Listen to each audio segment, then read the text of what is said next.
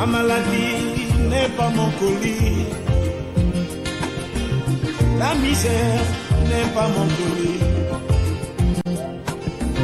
Le malheur n'est pas ma tasse de thé. La bonne santé, c'est la mon colis.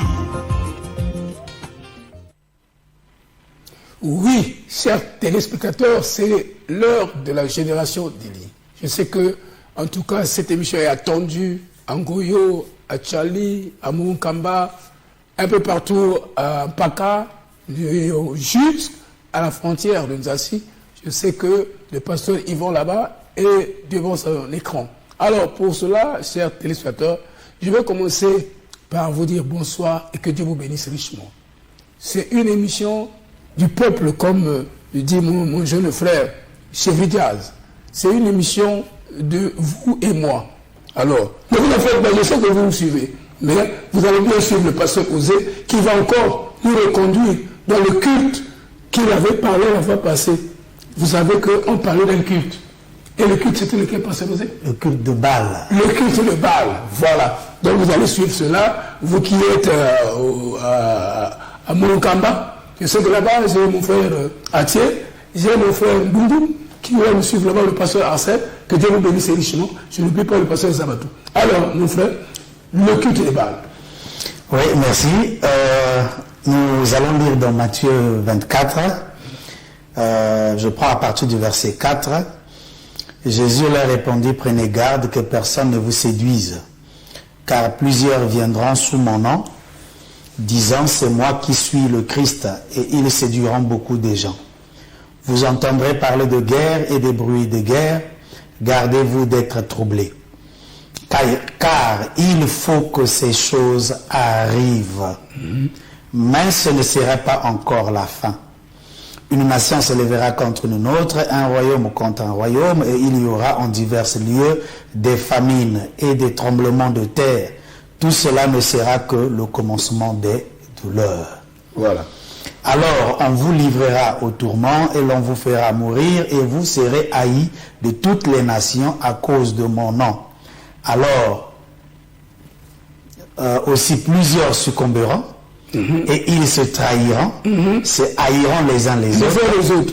Plusieurs faux prophètes se lèveront, ils séduiront beaucoup de gens, et parce que l'iniquité se sera accrue, la charité du plus grand nombre se refroidira. Et c'est ce que nous sommes en train de vivre. Voilà. Mais celui qui persévérera jusqu'à la fin sera sauvé. Voilà. Amen. Celui qui persévérera jusqu'à la fin sera sauvé. Donc, et vous voulez qu'on cache?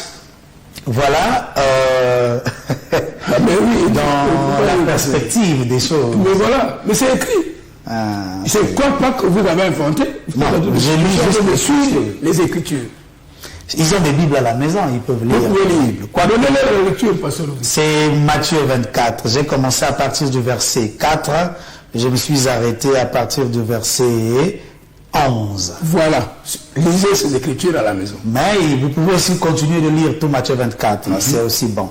Donc nous sommes toujours, frère Obili, sur le plan des ténèbres et le plan divin. Parce que nous sommes au moment où le combat spirituel doit se représenter dans le matériel.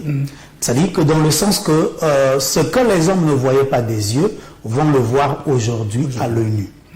Donc, les deux entités qui sont en train de combattre, il y a le côté divin et le côté des ténèbres. C'est des plans. Chacun d'eux a un projet, a une vision qu'il est en train de poursuivre. Dieu veut construire le monde qu'il a créé, son monde à lui. L'amener que le monde qu'il a créé reconnaisse qu'il est le seul et le vrai Dieu. De tout le reste, il n'y a pas de Dieu. Il n'y a que lui qui est Dieu. Que tous se reconnaissent et dépendent de lui. Maintenant, de l'autre côté, comme le malin avait réclamé une adoration dans le lieu céleste, il vient aussi dans le monde où Dieu est en train de faire asseoir son plan, réclamer un espace d'action. Un espace, on dit non, d'action. Bon, c'est l'anglais, hein, qui donc, l'espace d'action que lui réclame, il y a aussi là des gens qui ont la profondeur de la perdition. Quand vous lisez bien Jacques et Jean ainsi que Pierre, ils ont parlé de ceux dont la condamnation avait été arrêtée depuis toujours. C'est ce genre d'hommes qui sera utilisé par le malin aujourd'hui pour atteindre le but de Satan. Donc aujourd'hui, vous aurez devant vous des gens qui sont en train de travailler dans le but de faire avancer les projets des ténèbres. C'est comme nous l'avions dit, aujourd'hui nous remarquons que les hétérosexuels sont en train de prendre place, les homosexuels sont en train de prendre place, les lesbiennes sont en train de prendre place, ainsi beaucoup de confusion. Donc on ne sait plus quel est l'ordre établi par Dieu face à ce qui concerne le rapport de homme-femme. On met la confusion autour. Maintenant, quand vous regardez ces choses, ils sont en train d'utiliser la politique, ils sont en train d'utiliser la science, ils sont en train d'utiliser l'éducation et l'économie pour soumettre le monde sous le poids du projet des ténèbres. Ainsi, aujourd'hui, là où nous parlons, le point clé qu'ils ont élevé dans le but de faire asseoir des lois qui vont asphyxier la liberté de l'homme, c'est qu'ils utilisent une circonstance. Aujourd'hui, la circonstance phare, c'est le coronavirus, qui est en train de se sévir dans beaucoup de pays européens. Et face à ça, quand vous observez, je vous avais dit aussi dans ce même plateau, qu'ils vont voter des lois qui vont faire causer la restriction de la liberté humaine. Aujourd'hui, j'ai encore suivi, ce matin, par le journal, le livret vert. Le passeport vert, en fait. Le passeport vert. Le passeport Covid, pour celui qui a déjà été vacciné, pour celui qui avait été atteint de le virus et qui a été guéri, pour celui qui est testé légalement. C'est un passeport. Bon, enfin, ils appellent ça déjà le passeport vert. Ouais. Mais c'est pas un passeport comme le nôtre là, mais c'est comme une carte comme ça, une pièce d'identité. D'autres c'est un papier A4, mais avec tous les infos là-dedans. Les infos qu'on peut vérifier par scannage. On scanne et puis on vérifie. Ils ont dit le but, c'est de revenir à la liberté normale. Ça veut dire que si tu as ce document, tu peux aller au cinéma, tu peux aller au tourisme, tu peux reprendre la vie normale d'avant. Sans ce document, tu ne peux pas. Alors, nous avions dit la dernière fois, cela nous conduit à être sous l'emprise de la politique et de la science. Maintenant, la religion, où est-ce qu'eux ils utilisent aussi la religion dans le but de soumettre ceux qu'ils ont manqué par les deux choses, politique et science, ils vont le rattraper par la religion. Car la religion, comme disait Karl Marx, c'est l'opium du peuple. En fait, quand vous regardez bien, beaucoup de religieux suivent beaucoup le pasteur, ce qu'ils disent, que ce que disent leurs parents à la maison. C'est vrai, il faut obéir aux serviteurs de Dieu, mais il n'a jamais dit de désobéir à vos parents. Car il est écrit, enfants, obéissez à vos parents. Et c'est biblique. C'est biblique. Donc, obéissez dans ce qui est juste devant Dieu. Mais dans ce qui n'est pas juste devant Dieu, vous avez le droit de dire non. Si papa te demande de te prosterner devant des statues, tu as le droit de dire non, c'est pas la parole. C'est vous encore que vous nous dites aussi, pasteur, que vous êtes les pères, vous êtes plus que les pères biologiques. Bon. C'est dit dans vos exhortations, sur nos prédications. Donc, que vous êtes plus que les pères biologiques. Donc ça veut dire que vous êtes au-delà, au-dessus même des pères biologiques, on doit écouter que le pasteur. Bon. C'est ça, c'est votre enseignement. Moi, je dirais ceci. C'est quelque part un langage exagéré. Hein? C'est vrai, je reconnais, je reconnais tout ça, que ces discours-là se tiennent sur les prêchoirs. Beaucoup d'églises, Oui. Et puis il y a même des sœurs là, pour se marier, il faut que le pasteur le parle. Le père, quand il dit non, le pasteur il dit oui. Oui. Ça aussi, c'est biblique. Non, on en parlera sur le mariage. Non, moi, c'est une question. C'est bien. On en parlera sur le mariage. Donc, revenons un peu sur le sujet. Donc, aujourd'hui, la religion va être utilisée comme un instrument, au fait, pour endormir le peuple de Dieu, pour les détacher de la vraie réalité du culte et de l'appel du Seigneur. Parce que, quand Jésus parle ici, et quand vous regardez le tableau de l'Église, l'Église ne prête même plus attention aux paroles, aux mises en garde du Seigneur Jésus. Mais l'Église se livre à ce que disent les hommes, soi-disant hommes de Dieu, dans les assemblées. Même quand ce qu'ils disent contredit ce qu'a dit Jésus. Ils avancent à tue-tête, sans vérifier. Je prends l'exemple. Aujourd'hui, Jésus dit dans Matthieu 6, il est écrit, je vais lire, Matthieu 6, il est écrit ceci. Non, ça c'est roi. Je prends Matthieu, je suis là. Voilà. Matthieu 6, il est écrit. Dans Matthieu 6, il dit, au verset 25. Matthieu 6, verset 25. C'est pourquoi je vous dis, ne vous inquiétez pas pour votre vie, de ce que vous mangerez, ni pour votre corps, de ce que vous serez vêtus. La vie n'est-elle pas plus que la nourriture, et le corps plus que les vêtements? Regardez les oiseaux du ciel, ils ne sèment ni ne moissonnent, et ils n'amassent rien dans les greniers. Et votre Père Céleste les nourrit. Ne valez-vous pas beaucoup plus que qui de vous, par ses soucis, par ses inquiétudes, peut ajouter une coudée à la durée de sa vie? Et pourquoi vous inquiétez au sujet du vêtement? Considérez comment croissent les lys des champs. Ils ne travaillent ni ne filent. Cependant, je vous dis que Salomon même, dans toute sa gloire, n'a pas été vêtu comme l'un d'eux.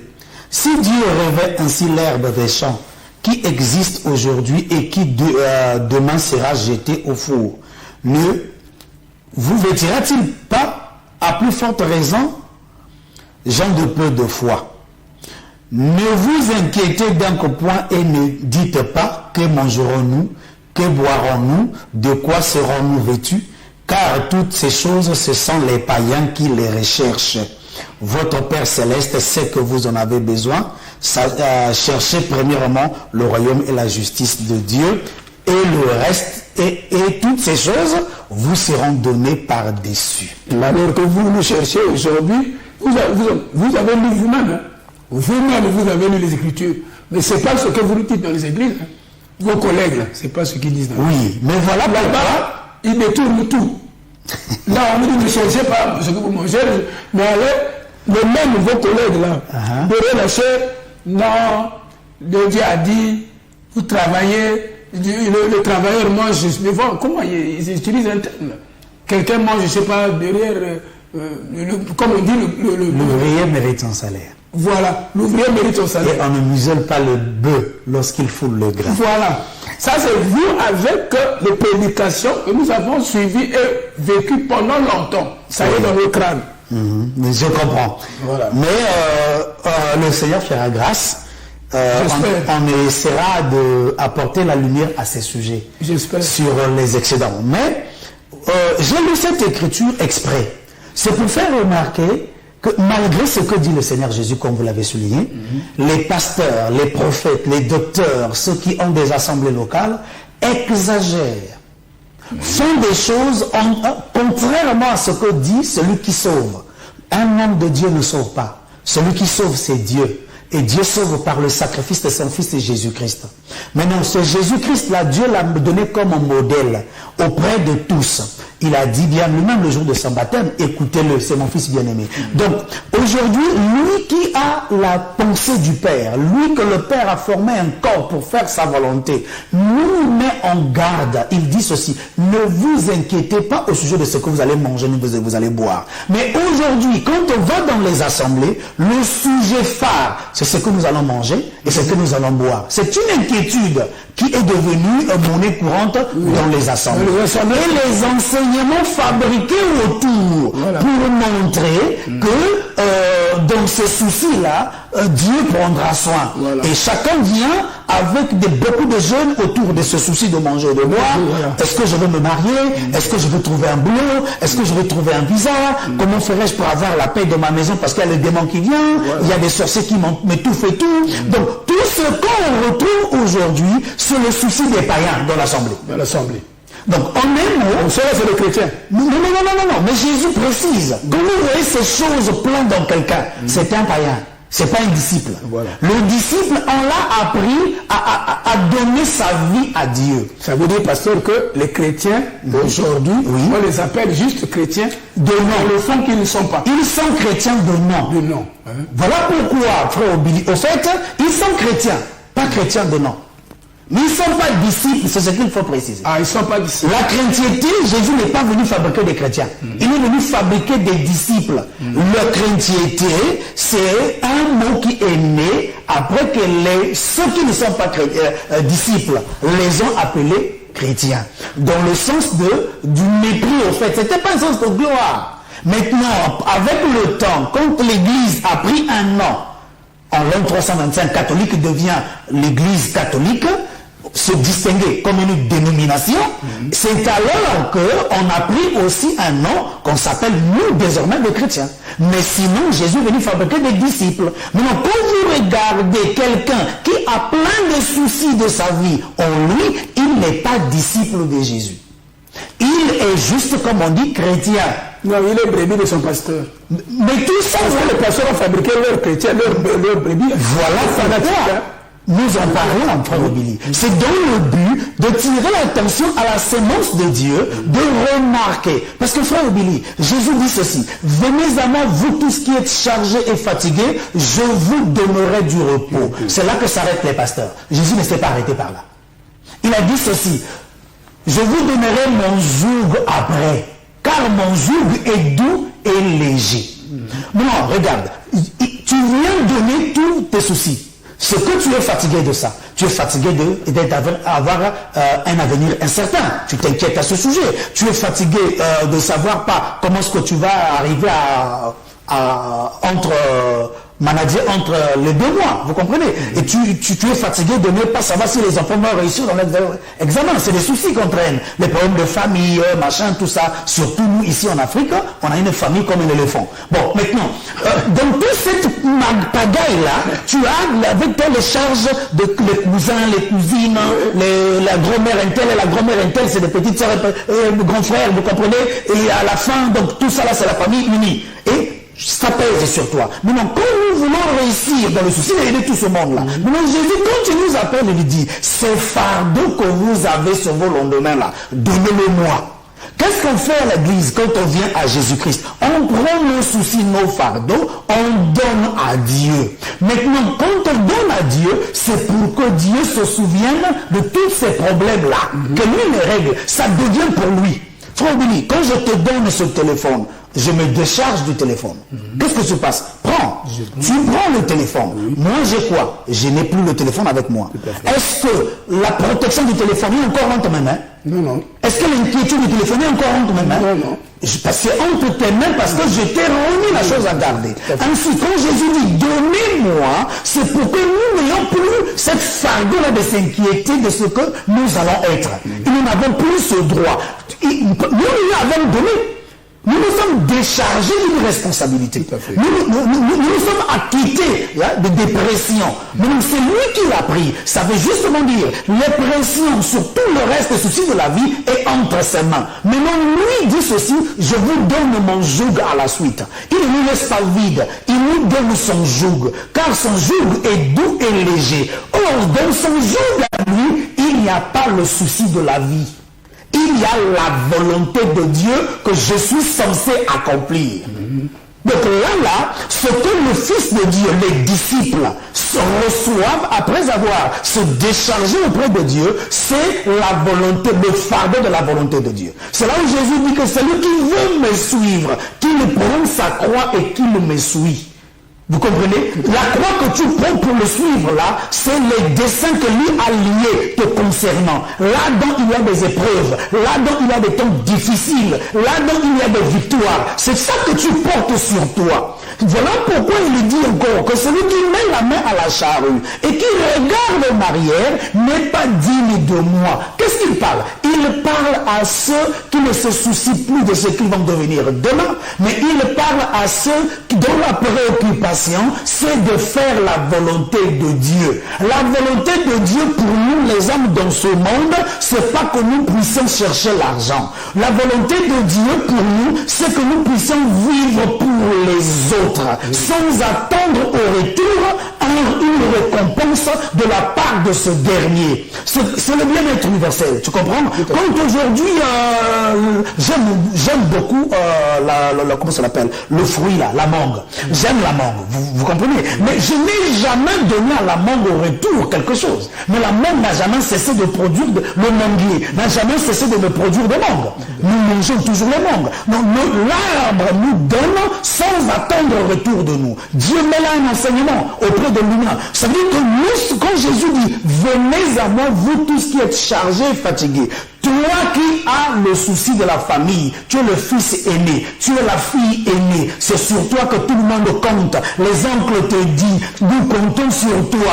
Papa te dit, nous comptons sur toi. C'est pas mauvais, c'est les références qu'ils ont mis sur toi. Mais quand tu crois à Dieu, à la parole du Seigneur Jésus-Christ, lui te dit, donne-moi toutes ces fardeaux des espérances de ta famille. Moi, je le porte. Toi, tu ne le portes plus. Ça veut dire que tu ne t'inquiètes plus pour ça. C'est moi qui m'inquiétera à ce sujet. Voilà pourquoi Jésus dit, ne vous inquiétez pas de ce que vous allez manger ni boire. Mais aujourd'hui, l'Église fait des séminaires, des thèmes autour de l'argent, autour du bien-être. Comment est-ce qu'il faut devenir? Comment est-ce que l'offrande de ceci, l'offrande d'onction, l'offrande de la, je ne sais pas de quoi, de la présence, l'offrande de toute forme d'offrande, dans le but de montrer qu'il y a le souci du devenir. Les pasteurs, les conducteurs, tous ces conducteurs des assemblées, ce sont eux les premiers avec la lèpre des païens. Ils sont chargés des soucis de la vie. Ils sont chargés de vouloir gagner. Voilà pourquoi ils monnaient la parole. Voilà pourquoi aujourd'hui, on ne voit plus la vision dans laquelle le Seigneur parle. Les prophéties s'accomplissent, on ne peut pas voir. Parce qu'on est en train de regarder à la terre. On fuit la terre comme le serpent. On ne regarde plus aux choses d'en haut. On se concentre autour du matériel présent. Quel est le Dieu que vous allez servir? Écoutez, frère Billy, Dieu ne viendra jamais me donner ce que les hommes peuvent me donner. Et que je l'appelle Dieu. Non, il doit me donner ce qu'aucun homme peut me donner. Parce qu'aujourd'hui, il y a des hommes païens entre eux qui se donnent du boulot. Les gens qui se donnent qui se rendent des services, qui se partagent de l'argent. Mais je ne pourrais pas dire parce qu'on m'a partagé l'argent que c'est la preuve que Dieu m'a visité. Non, la preuve c'est quoi? C'est que l'homme ne peut pas faire. C'est ça que Dieu prouve que c'est lui qui s'est approché de moi. Changer mon caractère et ma façon de voir. Or, l'Église de Jésus-Christ, les disciples de Jésus ne se préoccupent pas de leur vie. Ils ne monnaient pas Dieu pour avoir l'argent. Quelles sont les prédications de Baal? Baal, les prophètes de Baal dans leur culte, c'était ceci: utiliser les lois de Dieu pour s'enrichir au nom de Dieu. Et c'est ce que nous voyons dans les assemblées. Les hommes de Dieu utilisent Dieu pour s'enrichir. Alors que Paul dit ceci: j'ai renoncé à mon droit. Quel droit? Le droit de cueillir là où il a semé.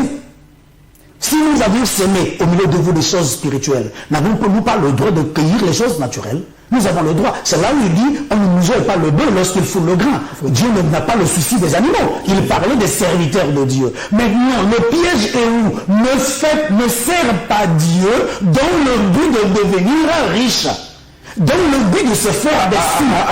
Alors que c'est le contraire. C'est ce qui se fait aujourd'hui. Ils sont cupides. La cupidité a gagné le cœur. C'est quand même étonnant, pasteur. Mais c'est des faux collègues. C'est vos collègues. Non, bon, enfin, entre guillemets. Entre guillemets, c'est vos collègues. Entre guillemets, parce que je dis bien, jamais été fonctionnaire.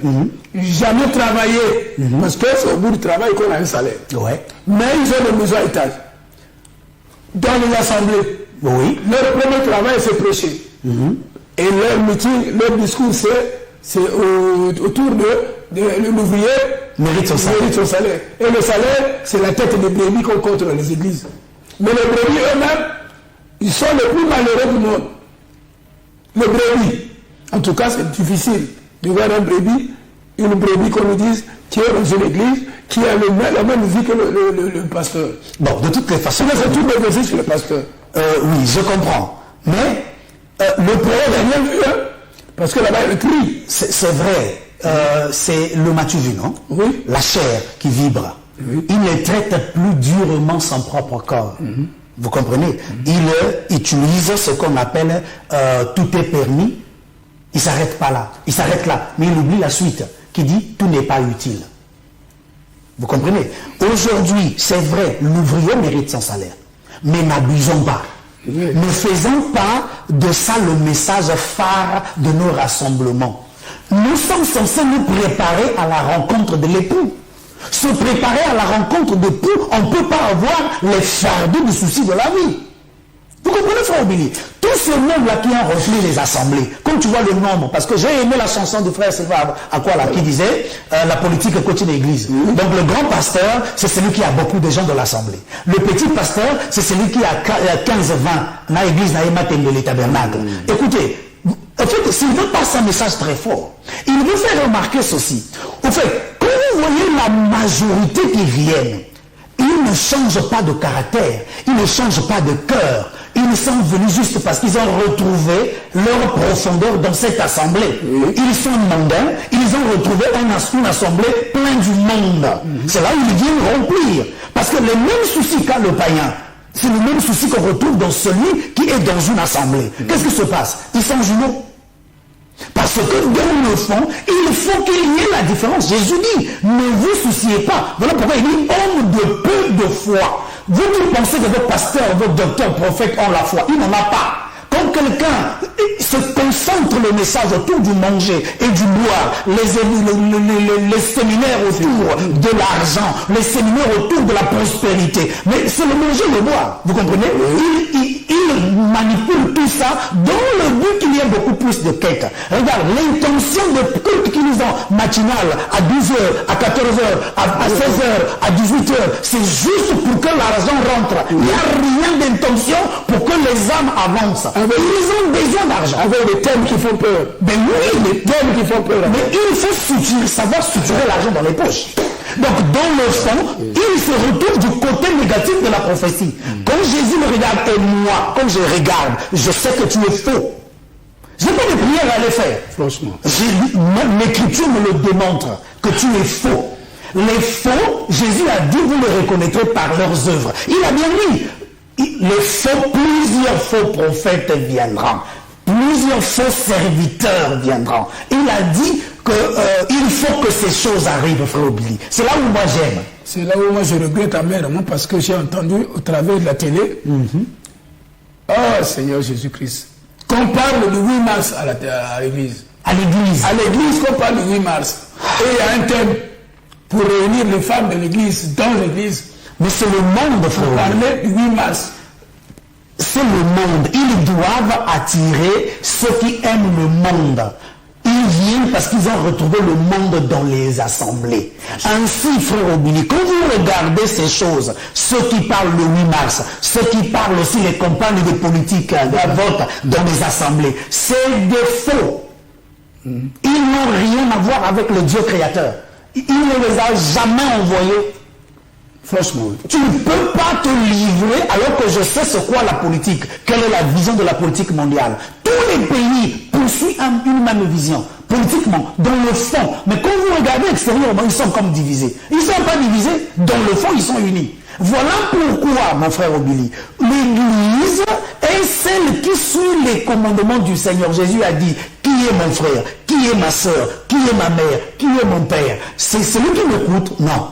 C'est celui qui fait la volonté de mon Père. Or, c'est ça l'objectif de la création de l'homme. Dieu nous a créés pour faire sa volonté. La volonté de Dieu, c'est quoi? Que tu le sers, que toi, tes intérêts ne soient pas à l'intérieur. Aucun intérêt à toi, égoïste à l'intérieur. Tu sers Dieu, juste lui seul, dans le but que le plan divin avance. Maintenant, aujourd'hui, les cultes de Baal utilisent les affaires de Dieu pour se faire les poches, pour devenir riches, s'acheter des très belles voitures. Voilà pourquoi ils ne peuvent pas faire les offrandes et les quêtes pour les frères et les sœurs qui sont chômeurs. Pour qu'ils apprennent à faire quelque chose, qu'il y ait moins de mendiants au milieu de l'assemblée. Tu comprends? Donc, cette inégalité, dans d'autres assemblées, j'ai appris, ceux qui sont bien habillés ont leur place qui s'asseyent. Et c'est là-bas que la caméra passe. Ceux qui sont mal habillés comme nous autres, là, on ne prend pas. Là-bas, la caméra ne passe pas. Vous comprenez que dans quelle vision? Dans le fond, où est Dieu? Dieu n'est pas. Et quand vous regardez regardez ces choses, vous vous rendez compte que elle est nue, l'église. Mais c'est la soi-disant église qui est nue, pas l'église véritable. Parce que, frère Billy, il faut qu'on se fasse la différence. Il y a l'église, non, et il y a la vraie église. Donc la soi-disant église, c'est celle qui mélange le monde et les choses de Dieu. C'est là. Et lui, il dit, jusqu'à quand clocherez-vous de deux côtés? S'il veut être église, qu'il se conforme à la parole du Seigneur Jésus. Qu'il quitte le monde et le désir du monde. Maintenant, le peuple, quand un pasteur est plein de soif du monde, maquillage aussi kakbao, qu'est-ce qui s'est passé? Mais quoi? C'est quoi? C'est le complexe, non? Il veut être blanc. Tout à fait. Mais il va dire quoi au bébé qui se décape la peau? Il ne dira rien. Tu comprends, mon frère? C'est-à-dire que dans le fond, quand tu les regardes, ils viennent juste pour se sucrer au nom de Dieu. Donc, le culte de Baal, c'est se servir de Dieu pour ses propres profits. Faire de Dieu une machine à sous. Un guichet automatique. Ils ont fait de Dieu un guichet automatique. Là, ils viennent puiser quand ils en ont besoin. Alors que Dieu ne nous a pas créés pour faire de lui un guichet automatique. Il ne nous a pas appelés pour faire de lui un guichet automatique. Il nous a appelés pour le servir. Servir Dieu. Servir la volonté de Dieu, la volonté de Dieu elle seule. Aujourd'hui, pour la volonté de Dieu, tu es capable d'abandonner même les choses du monde, même ton boulot. Qu'est-ce qu'a fait Matthieu? Laisse ton boulot, suis-moi. La volonté de Dieu. Vous comprenez? La volonté de Dieu te détache des soucis du monde. Ce que les hommes gardent là. Car il y a quelque part, Jésus dit, n'amassez pas là où la terre et la rouille rongent, mais amassez plutôt au ciel. Qu'est-ce qui se passe? Détache-toi de ce que le commun de mortel accorde plus d'importance. Et amasse-toi ce dont Dieu accorde l'importance. Qu'est-ce qui se passe dans sa volonté? Quand tu obéis à Dieu, tu pratiques la parole. C'est ça la volonté du Seigneur. Quand la parole de Dieu te rapproche de Dieu. Mais aujourd'hui, là où nous parlons, les soi-disant assemblées se retrouvent du côté de Matthieu 24. C'est là où on dit qu'ils se haïront, se trahiront. Or, quand vous voulez aimer l'argent, c'est là où l'église se divise.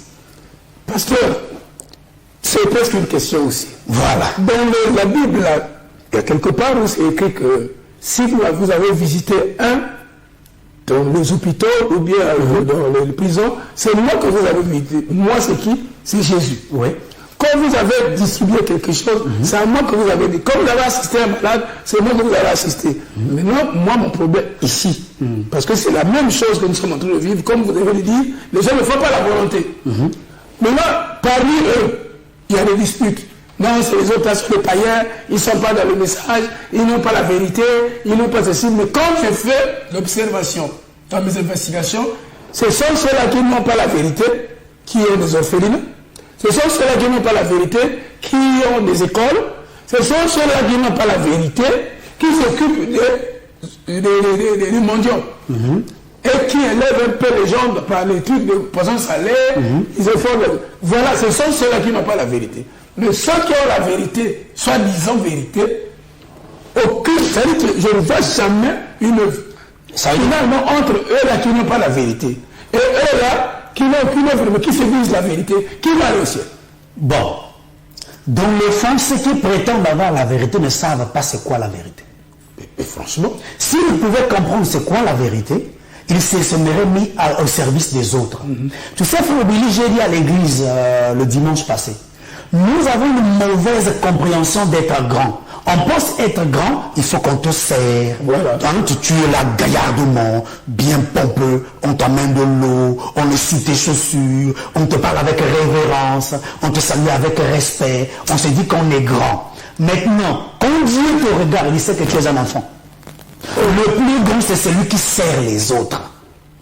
Le plus grand ne regarde pas à lui, regarde à ce que les autres doivent avoir. L'amour universel. Voilà, tu dois regarder aux autres. Maintenant, quand tu es là avec ton argent, tu ne fais rien et tu prétends avoir la connaissance absolue de la lumière de la parole. Mais et tu ne viens en aide à personne. C'est là où Jésus pose la question. Oui. Si tu es incapable de donner du pain à un humain, c'est l'adoration véritable que tu donneras à Dieu. Non. Tu peux pas. Non. En fait, Dieu vient nous montrer une chose par Jésus, que lui, le plus grand de toutes les créatures, est descendu pour servir nous les pécheurs. Vous comprenez? Pour nous relever à la pente. C'est là l'état d'un grand. Un grand se salit pour ceux qui ne sont pas purs. Vous comprenez? Un grand se ridiculise pour donner l'avantage aux plus petits. Mais aujourd'hui, les plus grands, ce sont eux qui sont en train de se sucrer, de devenir gros comme des bébés. Mais les plus petits, ce sont ceux qui servent. Alors, mon frère Tony, je sais ce que tu me suis depuis Goro. Ma soeur Yvette Elenga, le Bible Tabernacle, je sais que tu me suis depuis Tibamba.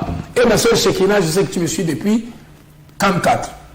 Alors, pour cela, vous êtes en train de suivre comment ça se passe ici. Parce que la réalité est la vérité. Et la vérité, c'est sûr que, sincèrement, Pasteur Rosé, d'après mes investigations, les observations, franchement, la réalité est telle que les pasteurs aujourd'hui sont plus mondains, plus païens que... Mais c'est ce que dit la prophétie, frère. Voilà. Les faux, il faut préciser, les faux, oui, sont les faux qui vont révéler ces signes de mondain en eux, qui auront le monde en eux. Les vrais se détachent du monde chaque jour. Franchement. Frère Billy, je vais te dire une chose. Tu sais là où je suis là, hein? Oui. J'ai refusé de repartir travailler. Pour servir Dieu. Nous avons déjà un pasteur ici, c'est le pasteur Herman Chalot. Oui, parlez un peu plus fort, votre préoccupation. Je suis en train de suivre l'émission. Oui. Le Seigneur bénisse le frère qui est sur le plateau. Parlez un peu plus fort. Que le Seigneur bénisse le frère qui est sur le plateau. Ah, le pasteur aussi. Le monde qui le comble encore.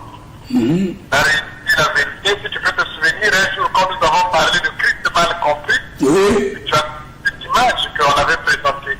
Et l'état de l'Église d'aujourd'hui face à la venue du Christ, tu avais vu cette image qu'on avait présentée. Tout à fait. Et voir ce que nous voyons aujourd'hui, c'est à cause de cela que le Congo a des sérieux problèmes. Matthieu 24 nous dit autre chose, et la réalité que nous sommes en train de vivre, c'est autre chose. Et c'est la division autour. Et la Bible dit qu'un royaume qui est divisé contre lui-même ne peut jamais subsister. Tout à fait. Et nous allons avancer. Nous qui prétendons être en même d'un seul doigt, nous n'arrivons pas à essayer de porter ce que nous sommes en train de dire. Merci. Merci, pasteur. Non, pas davantage. Vraiment. Merci. Je suis pour l'objectif de vérité peuvent être de temps en temps, ça serait vraiment une grande joie. Mais malgré, nous vivons de temps. Merci. Merci beaucoup. Merci beaucoup. Donc, frère Willy, c'est vrai, l'homme de Dieu a raison. Nous avons le droit de dire, afin que ceux de Dieu se réveillent. Tout à fait. Parce que... Ça dit qu'on l'inculque. Imaginez, un de mes investigations là, la sœur là, le frère, vous là, quand je vous parlais là, non, on l'a s'il vous plaît, allez-y, allez-y. Donc, téléspectateurs, je vais passer mon numéro. Je suis au 05 037 47 08. 05 037 47 08. Ça, c'est le RTL. Le MTN, c'est les 06 437 49 24. 06 437 49 24. Je prie le Seigneur que le jour à venir, qu'on développe encore, parce que cette nourriture ne va pas finir aujourd'hui. Non. Elle est très bonne, sauf que nous sommes en train de garder bientôt, dans 2 semaines. Ouais. Bientôt, dans 2 semaines, nous allons nous retrouver ici. Ceux qui sont volontiers, appelez-moi au 06 668 19 00. C'est sur le thème de la... C'était je vous avais parlé de ça. L'origine du bien et du mal. Voilà, l'origine du bien et du mal. Est-ce que le mal existe? Existe-t-il le mal? Si oui, vous allez avancer vos raisons ici sur cette tribune. Sinon, c'est sur cette tribune. Et l'origine. Donc c'est ce que nous allons parler. En tout cas, vous, téléspectateurs, il y a quelqu'un qui m'appelle déjà. Oui. Allô? C'est la première personne. Allô? Oui. Allez-y, c'est la... Oh. Bon, voilà. Donc, nous sommes à la fin de l'émission. L'heure, c'est l'heure à la télé. Là, derrière cette caméra, c'était mon très cher frère Sunda qui était là, le réalisateur ce soir. Donc, ne vous en faites pas. Pendant que vous appelez, voilà ce qui est mauvais. Vous appelez toujours quand c'est la fin de l'émission. Allô? Oui, bonsoir. Bonsoir. Ouais, c'est le frère. Voilà, nous sommes à la fin. En tout cas, plus de questions. Parce que là, on dirait que votre téléphone ne tient pas. Je ne crois pas que ça soit une merde. Alors, que Dieu nous bénisse richement. À nous le voir, par la grâce de Dieu, jeudi soir à la même heure. La maladie n'est pas mon colis.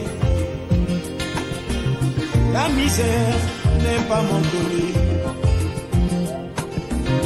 Le malheur n'est pas ma tasse de thé. La bonne santé, c'est là mon colis.